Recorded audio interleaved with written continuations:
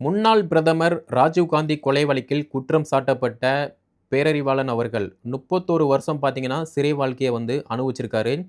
சிறையில இருக்கும்போதே இளங்கலை பட்டம், முதுகலை பட்டம் படிச்சு முடிச்சுட்டாரு. சர்டிஃபிகேட்டுமே வாங்கிட்டாரு. 2022ஆம் வருடம் பார்த்தீங்கன்னா, இவர நீதிமன்றம் விடுதலை பண்ணுது.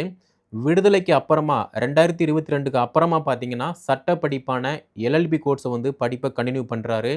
இப்ப ரீசென்ட்டா அந்த கோர்ஸ கம்ப்ளீட் பண்ணிட்டு, தமிழ்நாடு, புதுச்சேரி பார் கவுன்சில்ல அட்வொகேட்டா என்ரோல்மென்ட் பார்த்தீங்கன்னா பண்ணிட்டாரு. இதுக்கு அப்புறமா சட்ட பணிகள் தொடரப்போது.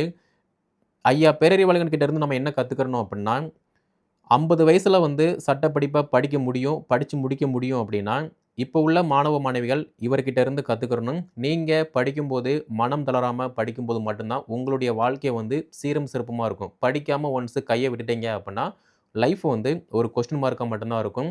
உங்க ஃப்ரெண்ட்ஸ் யாராவது படிக்காம இருந்தாங்க அப்டின்னா, அவங்களுக்கு இத ஷேர் பண்ணுங்க. எல்லாராலயுமே படிக்க முடியும். படிப்புக்கு வயது வரம்பு கிடையாது.